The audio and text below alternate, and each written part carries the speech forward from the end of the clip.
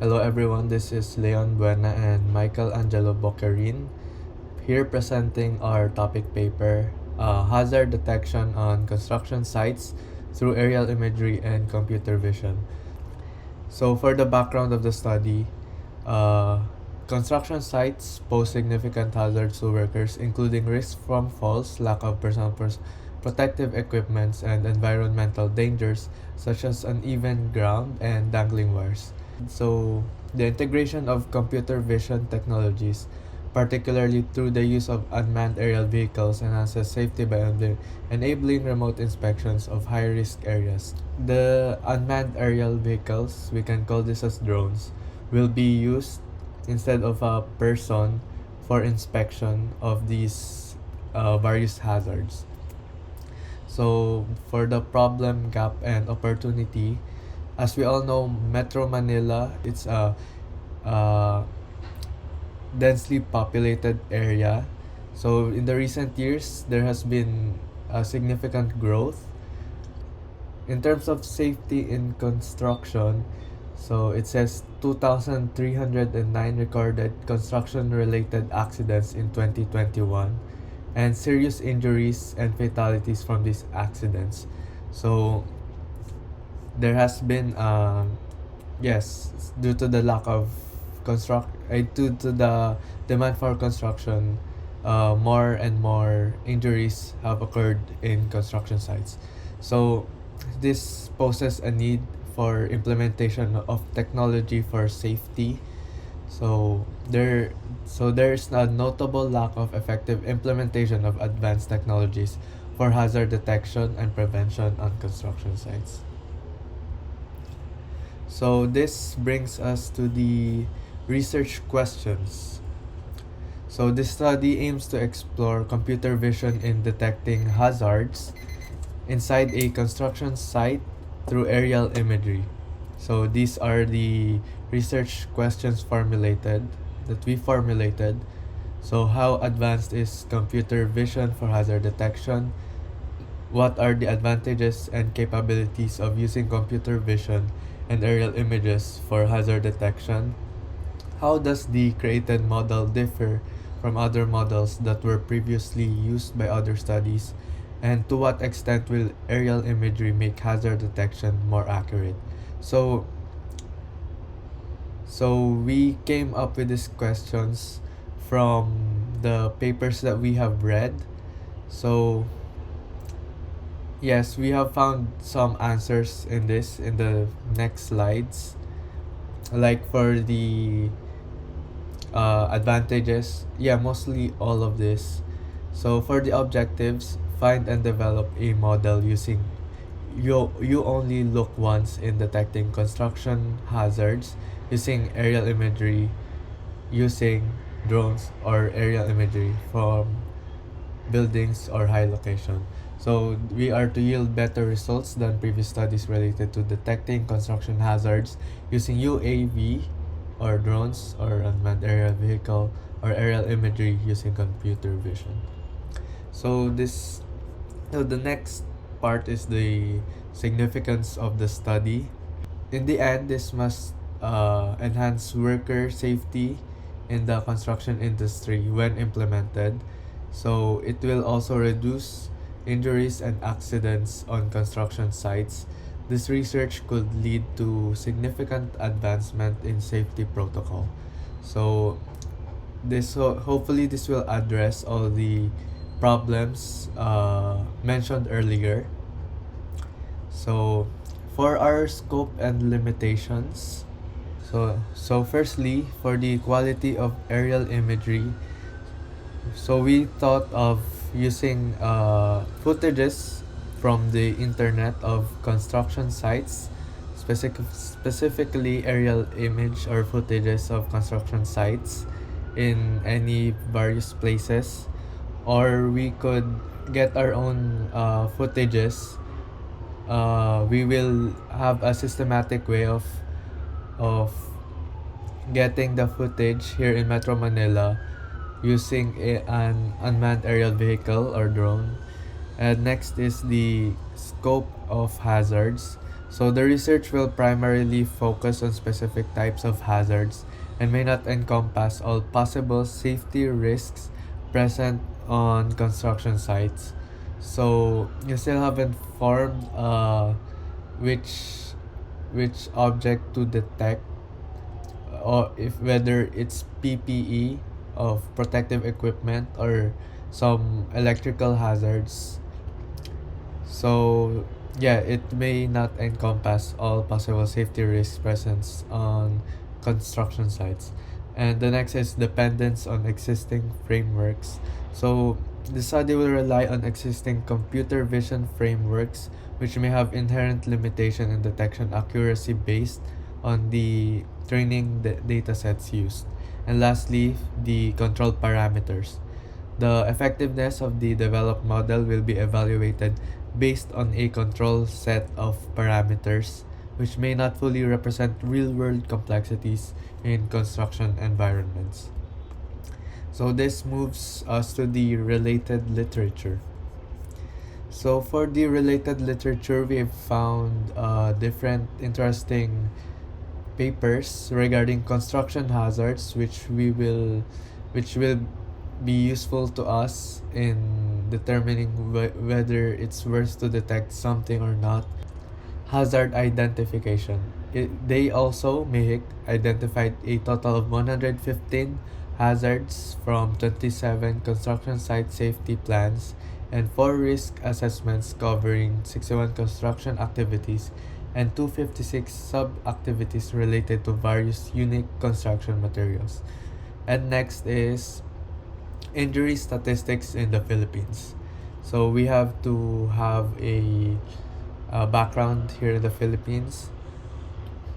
As yes, so Lu JL 2021 identified construction as a hazardous industry with common injuries like musculoskeletal disorders and electrical burns. So it found that the burns were mostly caused by due to electrical uh, objects. So notably 75.5% of electrical burn patients at the Philippine General Hospital were construction workers, mainly from metal poles contacting overhead wires. So the next is computer vision on construction hazards. So we've found Wang et al. They employed deep learning and computer vision to predict safety risks on construction sites. So they were successful in this paper with a mean average precision of 92.55 and 87.45. Yes. And next is Delhi et al. So they used YOLO V3 to assess, they focused on personal protective equipment's compliance among construction workers. So they only did or applied computer vision to check the helmets of the workers, and yeah, it was successful with 96% accuracy. And then another study is from Jelani and others. So they proposed a first person view FPV system using uh, point of view cameras on workers' helmets to identify nearby hazards. So they were also successful, achieving localization accuracy of 93% for only static hazards, but facing challenges with mobile threats like uh, hazards that moves like cranes or forklifts.